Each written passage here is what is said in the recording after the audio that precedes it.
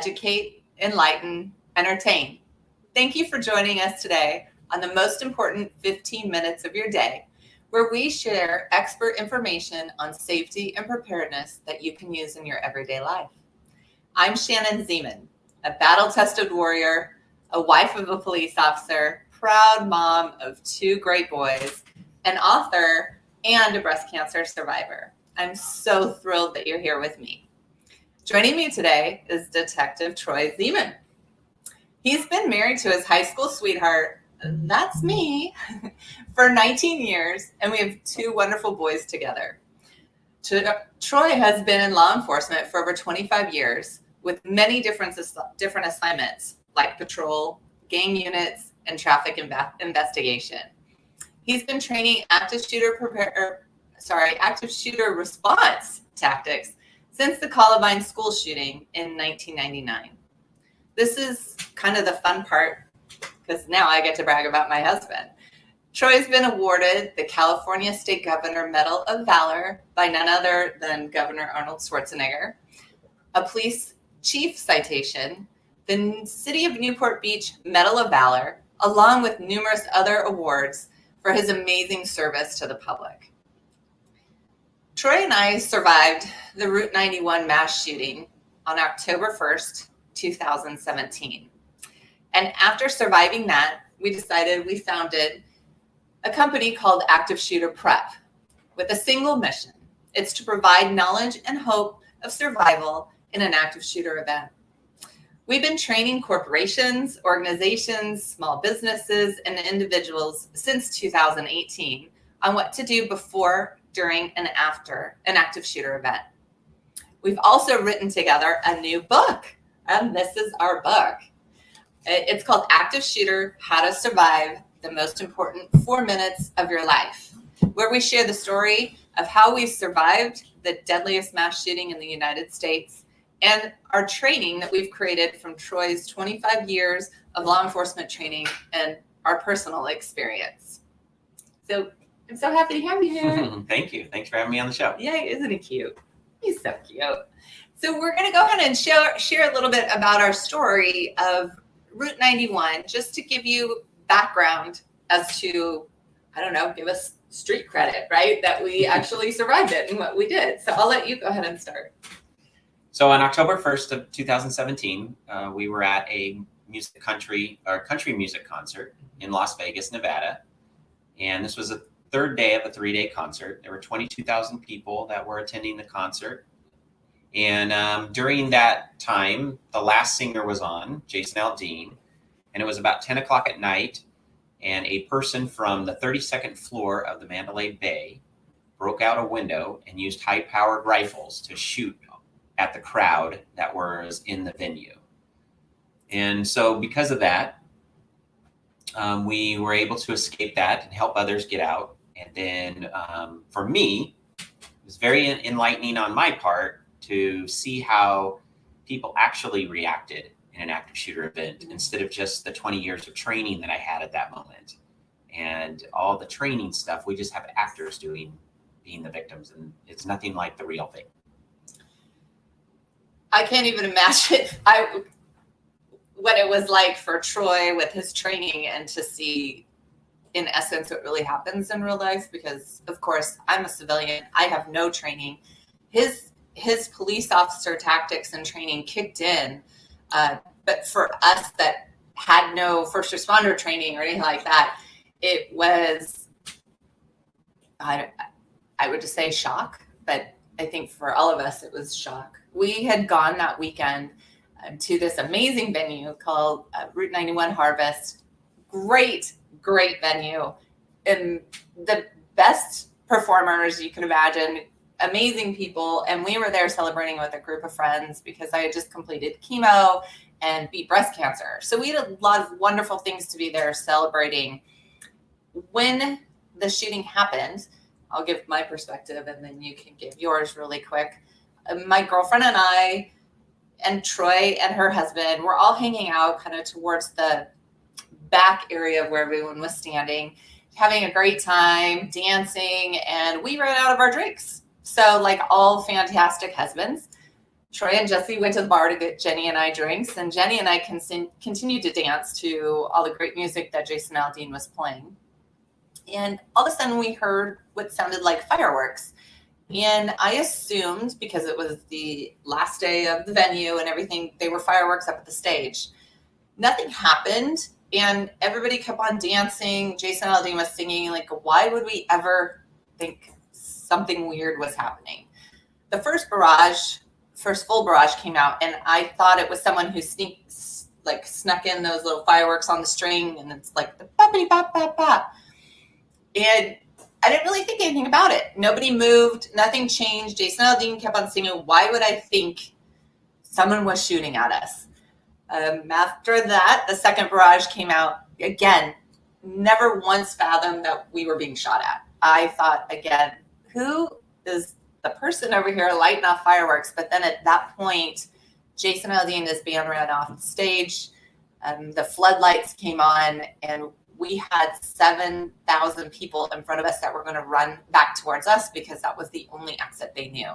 So my intent was to get Jenny and I somewhere where we could barricade so we wouldn't be trampled. And by the grace of God, Troy and I wound up at the same place. So I'll let you tell them your side of the story. So I was up at the bar on the right side of the stage. It's actually, the bar's in the middle of the stage, but it separates the stage from right and left side. And the right side of the stage is where the rounds were coming in. So while I was there trying to get a drink, we heard the first barrage and started feeling some shrapnel hitting the back of my legs. And I didn't really know what it was at first. But then as I turned around, the second barrage came in, and I could see the rounds coming down range and hitting people. So I was talking to Jesse and told him that we probably need to get out of the fire area where we're getting shot at and move to another location so we can start assessing on how to get out of there. And again, just like Shannon said, we went to the same place. It was the closest place with some cover, and we were able to meet up there and then start figuring out a way to get out of this venue without getting hurt. Yeah. And unfortunately, Troy did get shot in the leg while he was assessing and trying to help this huge group of people that were now joining us in this area. But we were able to, over 20 people, get out safely. Troy eventually got medical attention, but it was over 5 hours afterwards because there was always somebody else that was hurt more and needed help. So from that, we decided to take the tools that we had learned in this experience, along with Troy's 25 years of experience, and we would help educate people so that maybe you have an idea if, God forbid, you do get into an active shooter event or any kind of stressful event. So now that we've shared our story, a really quick story of surviving Route 91, do you want to explain the basic model of our training? Yeah, the basic model of our training is that our company really wants to train in a low stress and low anxiety environment. Mm-hmm. And the reason is because of all the training that I had as a first responder, it's very high stress and it's very quick. You want to get in there and save lives.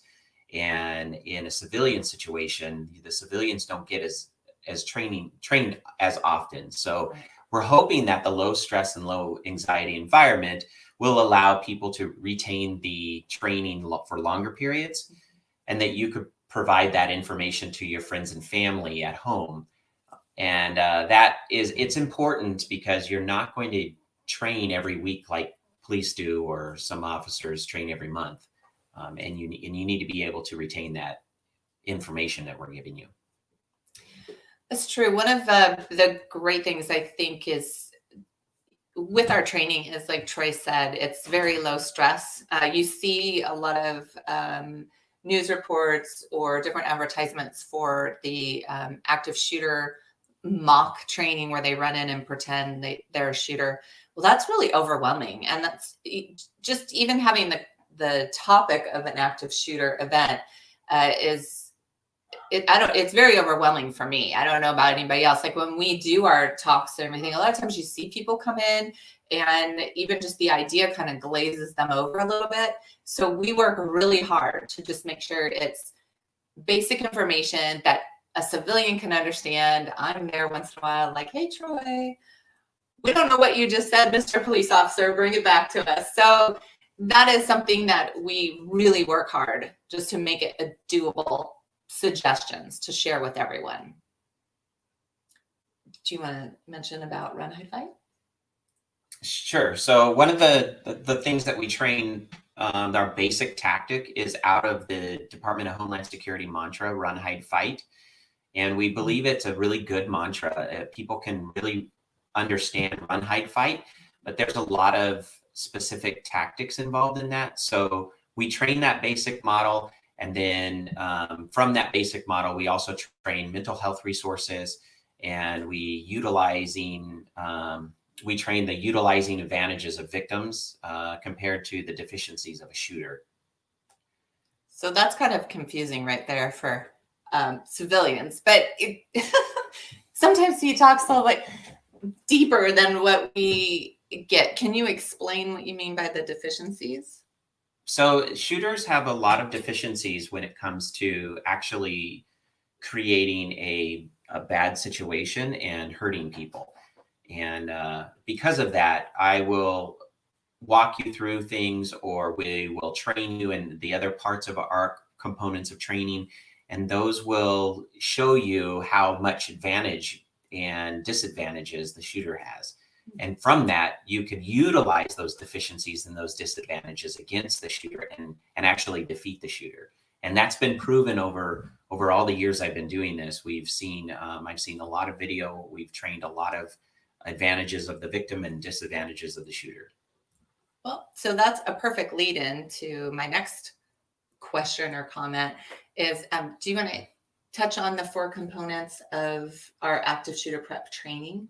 So our company, Active Shooter Prep, has 4 components to it. The first component is usually a risk management training, and that's for the managers and the owners of small businesses to understand the risk management part of that and try to mitigate that litigation that could happen with their employees and how to get their employees back to work efficiently. The second part of the training is an employee training, but it's really that presentation is for anybody who wants that, from the owners, the managers, all the way down to the high schools that we train. And that is how to actually react, and gives you the tools to survive or help people survive an active shooter event. Mm-hmm. And then we have an on-site inspection, which hardens your target and basically tries to slow the shooter down as much as possible, because the slower the shooter gets to victims, the more chance the victims have to escape and not be victims. Right. And can I tell the last one? Yes. So my favorite part, all of our training is great, but my favorite part is what we call strategic walkthroughs. And this is where Troy takes a small group through your building, your church, your office, even your house. And he walks you through as if you are the active shooter and shows you all the disadvantages that the active shooter has. And get this, all the advantages that we have as a civilian. The first time he did this blew my mind. And every time we provide this training, people tell us they thought they had no hope. They were sitting ducks. They weren't going to be able to do anything. And now we've provided them hope to where they feel like they have a chance. So that is, for that to be said from one of our training, is the whole reason why we do this. Yeah, we provide that hope and empowerment for people, and that's just one of the ways we do that. Right. And anybody can take our training. So it can be from, students at school to retired persons at their home or their organizations, all types of businesses, churches, schools and universities, organizations such as sports organizations or volunteers, and even nonprofit. So we're always here to answer questions and to inform you as much as we can. Would you like to share kind of like your final notes on today? Yeah, today the model Run, Hide, Fight seems very easy. And it really is really easy. It's run, hide, fight, and people know how to do that. But when you're in an active shooter or an encounter with violence, there needs to be specific tactics And for each one of those components of run, hide, fight, we'll train you on all those tactics and understanding of what you can and can't do. And that gives you the tools to actually survive or help people survive these encounters. Because even if the person next to you doesn't have the same training as you do in this run, hide, fight, you can still help them out. The same what Shannon and I did at Route 91. There was a lot of people that didn't have that, but we still helped them out of the venue. Yeah. So like Troy was just hinting at, he's going to join me once a month here on the podcast, and we're going to discuss active shooter preparedness training. So next month, we're going to dive deeper into run, hide, fight. We're going to share how you can use this mantra successfully to get out of a venue and to give you doable tools and suggestions that you can use in your everyday life and to share with your family and loved ones. So we're really excited about that. If you're interested at all in our book, you can definitely visit our website at activeshooterprep.org to order your book, and we'll even sign it for you if you want. And so thank you so much.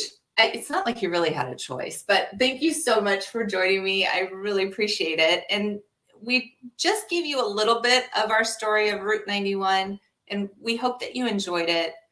We can't wait to share our training with you more and more and dive in each month and just give you these great empowering tools. Next week, I have Vlad Anderson, who's going to be joining me, and he's a retired resource school officer, and he's going to share our knowledge about the dangers of social media with our teens today. So I think that's going to be filled with a lot of great information that we can utilize, even with it's just with us also. I think it'll be fantastic. So I really want to thank you for listening to Passionate World Talk Radio today.